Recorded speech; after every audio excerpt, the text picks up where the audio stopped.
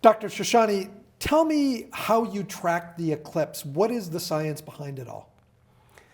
So we can measure lots of things very precisely in the solar system. We can measure the masses of all different celestial bodies, the planets, the moons, and so on. We can measure their speeds.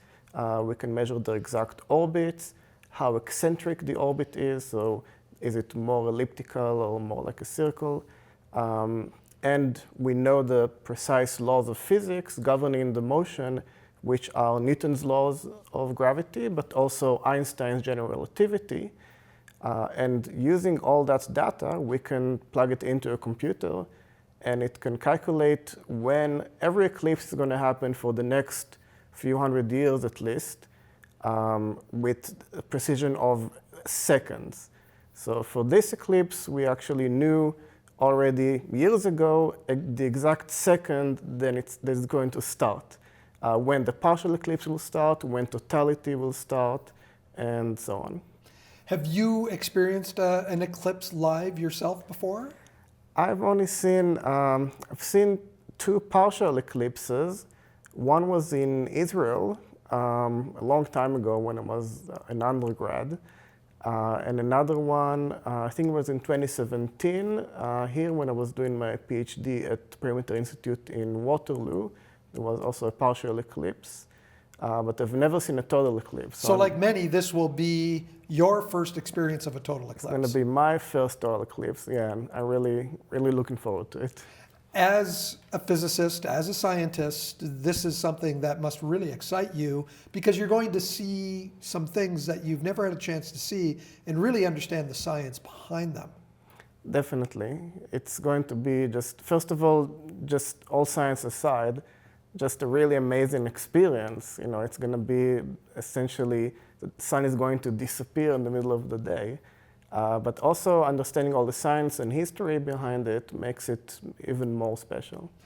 Talking about the history, back before we really knew much about science, what was the eclipse viewed at by people who saw it?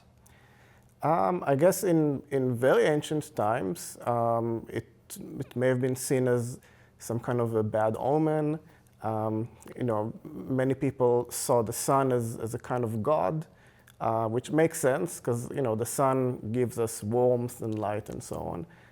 And then when the sun just disappeared, they thought the god was, you know, angry with them or something like that.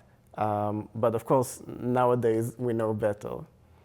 There's no magic in the fact that, you know, your eyesight can be damaged by looking at the eclipse. It's just because we shouldn't be looking at the sun directly anytime.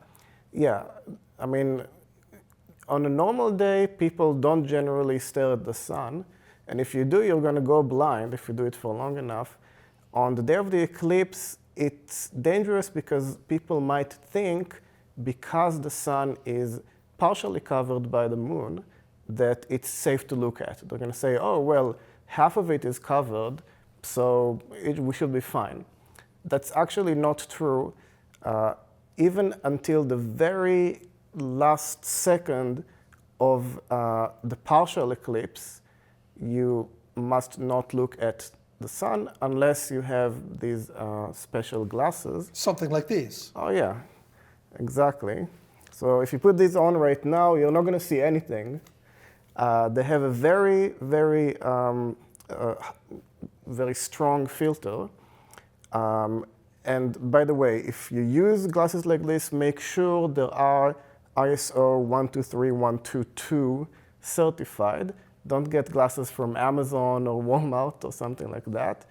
So if they are certified, they will filter, I think it's something like 99.999 or something like that percent of the total light. So you're going to basically not see anything unless you look directly at the sun, in which case you will see the shape of the sun and will be able to see the moon kind of eating into it more and more gradually.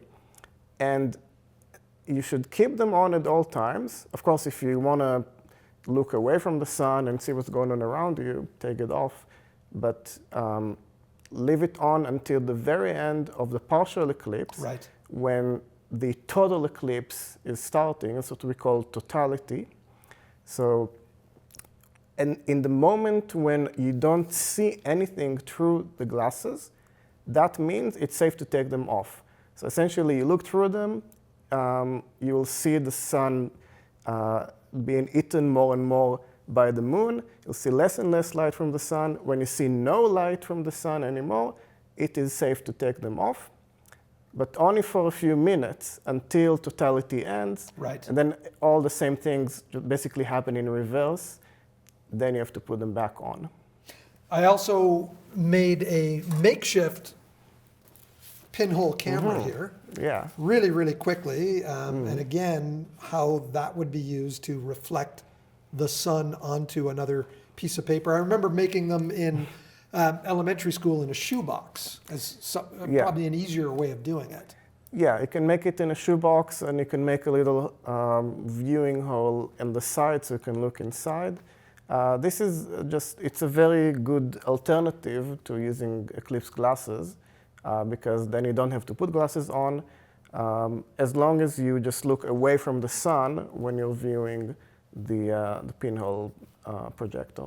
Barak University is using this event as, I think, really a major educational opportunity. You're inviting the public free of charge to an event in the gym prior to around 3 o'clock before you go out to the field, alumni field, to help people in viewing the eclipse safely. So we're going to have lots of educational activities. It's going to be booths from various different departments. Obviously, the physics department will be a major player there. We'll explain everything about the physics of the eclipse, but we'll also have booths from other different faculties explaining other aspects of it, whether it's biology or even history or even literature. So that's going to be very interesting. And from the physics aspect, we're going to have telescopes and viewing equipment that the public can check out. We're going to be making a live stream. So we're going to stream the eclipse online on YouTube. We're going to connect to the overall live stream that several different universities and organizations are sharing. So it's basically going to start with us, because the eclipse, in Canada at least, it will start around this region.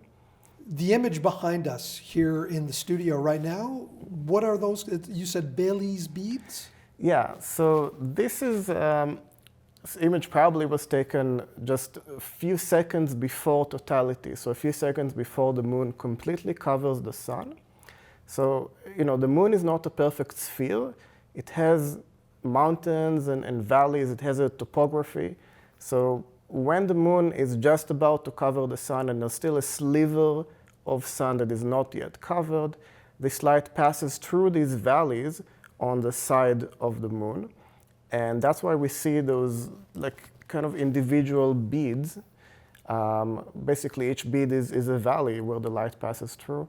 And then in the end, it's going to be just one bead.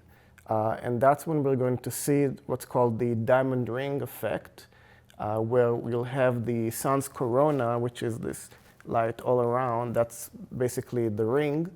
And then this last bead out of Bailey's beads, it's going to seem like a diamond on this ring. And again, don't look at it without the proper technology, the proper equipment. Because even that last sliver of light can still damage your eyesight. I suggest looking at it through the glasses, but once you see this, you know that in a few seconds you're going to take off your glasses. And then when it becomes completely dark with the glasses on, you can take them off. Dr. Shoshany, thank you so much. Thanks for having me.